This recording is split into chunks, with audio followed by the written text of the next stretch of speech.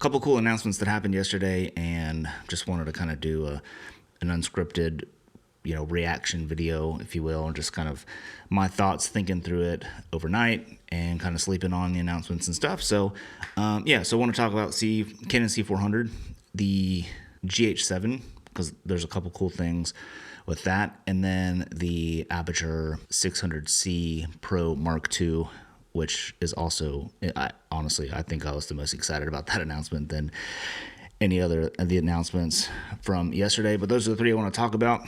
First up, the Canon C400.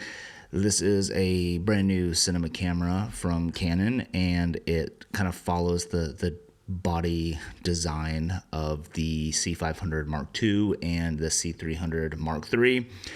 And I like that body style much more. It's much more prefer that over the Canon C70. I just never liked the ergonomics of the Canon C70, and I've shot extensively on the C70 and the C300 Mark III and on the C500 Mark II, and I just prefer the body style of the C300 and the C500, the newer ones, and the C400 follows that, but it is much smaller, which I also am really excited for that, because the C500 Mark II and the C300 III, they were I felt like they were just unnecessarily big, but they did have things like full-size XLR and full-size BNC timecode and stuff, whereas the C400 kind of miniaturizes all of the I/O except for the SDI out. So timecode, Genlock, and XLR, those are all the smaller timecode, DIN, whatever it is. But does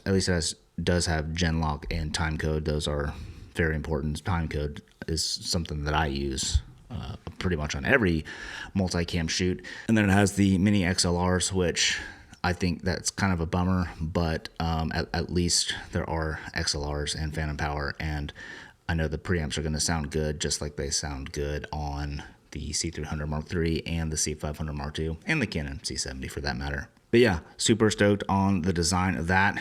It's 6K full frame sensor, as I mentioned, and it shoots 6K 60p RAW, which is pretty sweet.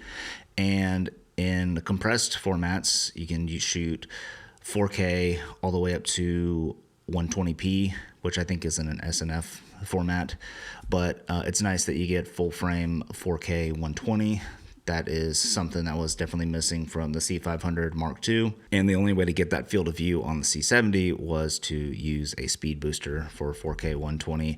But then that limited your lensing options. You couldn't, shoot anamorphic or any of that stuff, or use, great PL glass. So you were kind of limited on lensing options when you used a speed booster, obviously. It also has built-in NDs, which should come as no surprise, being that same body style and a cinema line of cameras. And then the other thing that's really interesting is it has a triple base ISO. So you have 800, 3200, and 12800, which is awesome. So on the R5 and the R5C, it cleans up at 3200. I think R5C actually markets a dual base ISO.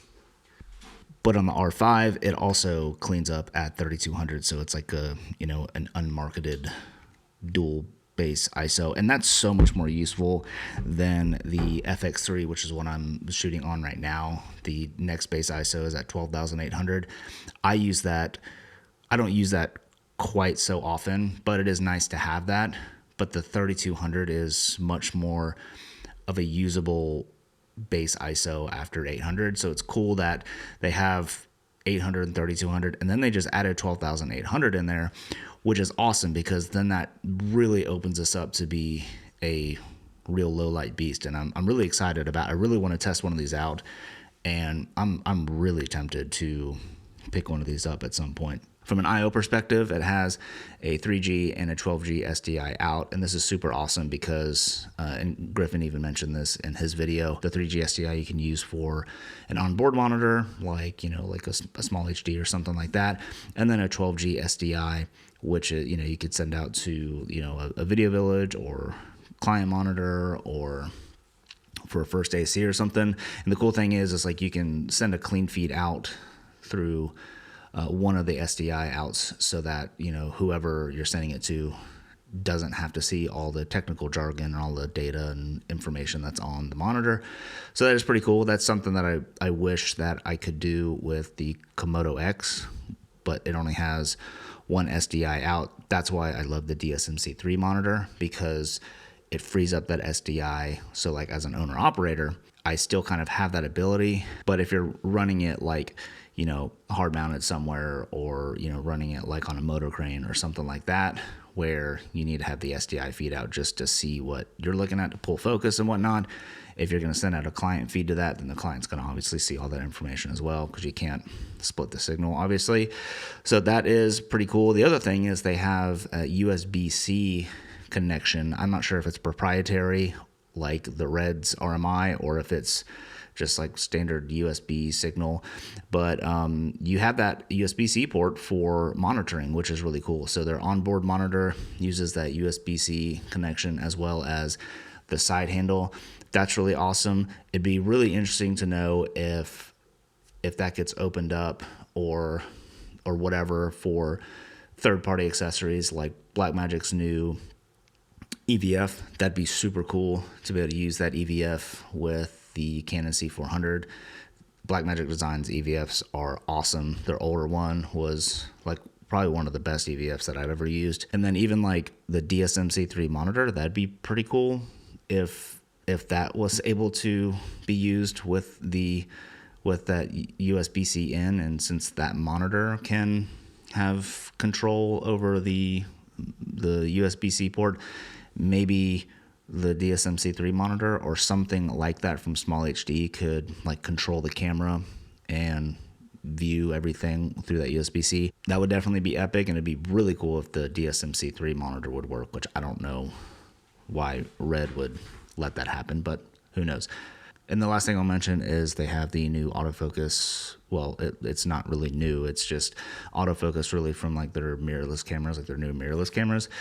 And from what I understand, and I was talking with Griff, he went to the event and he said that it seemed, much snappier and stuff. So, yeah, that's pretty cool. I mean, that it's not revolutionary because it's not really new to us users, but it is new for Canon cinema cameras. So it's nice that they're improving on that, and hopefully they'll improve it even more through firmware updates. But anyways, that's pretty much all I'll mention about the specs and stuff like that of the C400. In my opinion, it seems like really the spiritual successor to the C200, and being priced at $8,000, it's really confusing that it sits number-wise in between the C300 and the C500. Like I would have expected this just be like the C200 Mark II, but I don't know what goes on at Canon HQ, but we all question some of their decisions. But we are not questioning the C400 because it looks like an amazing camera, and I really hope to test one out at some point and shoot a project or a couple projects on one. That'd be pretty cool. But anyways, moving on to the GH7. This is pretty interesting, and it was enough of me to like go to the specs to like go look at it and like get some like more information on it, because I hopped on to Anson's little live stream on Instagram last night just for a couple minutes, and he mentioned some things like right off the rip that I was like, what? So number one, there's a XLR module thing that basically allows you to record 32-bit float internally, which is amazing. So many people have been asking for cameras to record 32-bit float internal.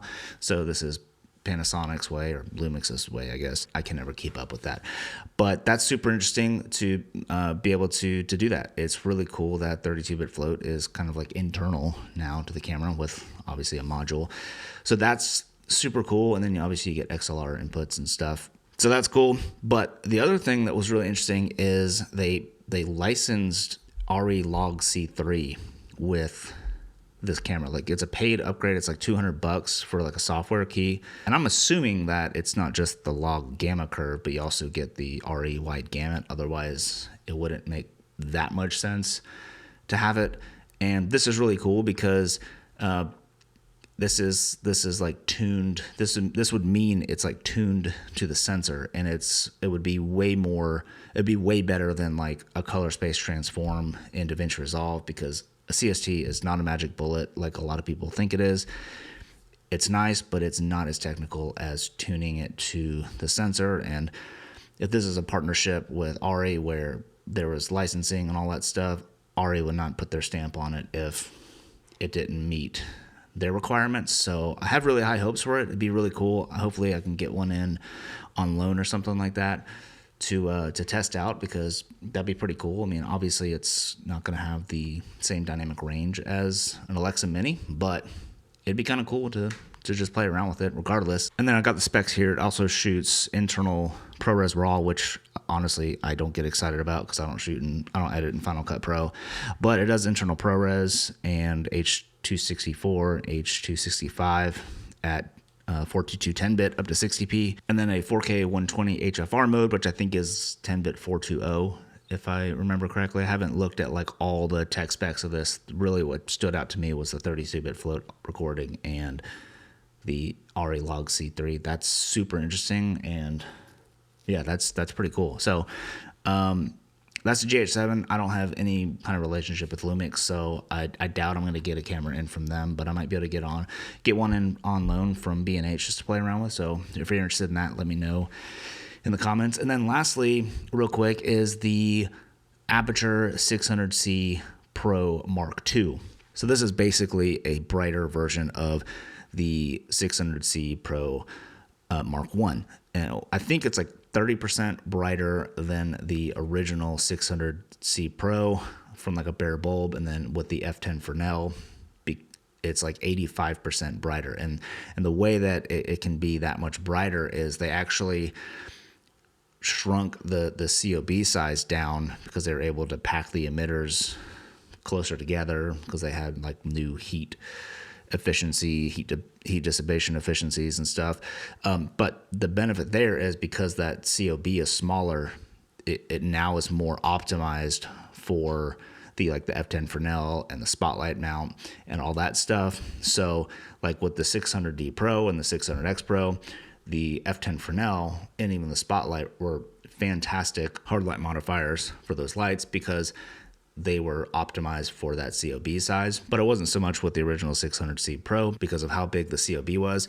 This new light kind of fixes that and kind of opens up more usable modifiers, as opposed to like the 600C Pro really needs to use that spotlight max to get the most out of that modifier. So yeah, really exciting. The 600C Pro is an amazing light, but its lack of output compared to the 600D Pro and the 600X Pro definitely was a trade-off. And I feel like now with the 600C Pro 2, it's less of a decision on where to use the light and how to use the light, because that output starts to get a lot closer to the 600X Pro and the 600D Pro. I haven't actually looked at, compared the output measurements that they put on their website, but I'm assuming it's probably pretty close now to the 600X Pro and close-ish to the 600D Pro. But hopefully I'll get one in soon to test out and review and make some content. So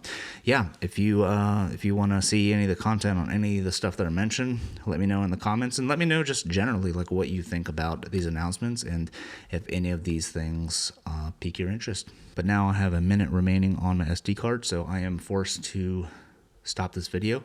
Thank you for watching, and I will catch you later. Peace.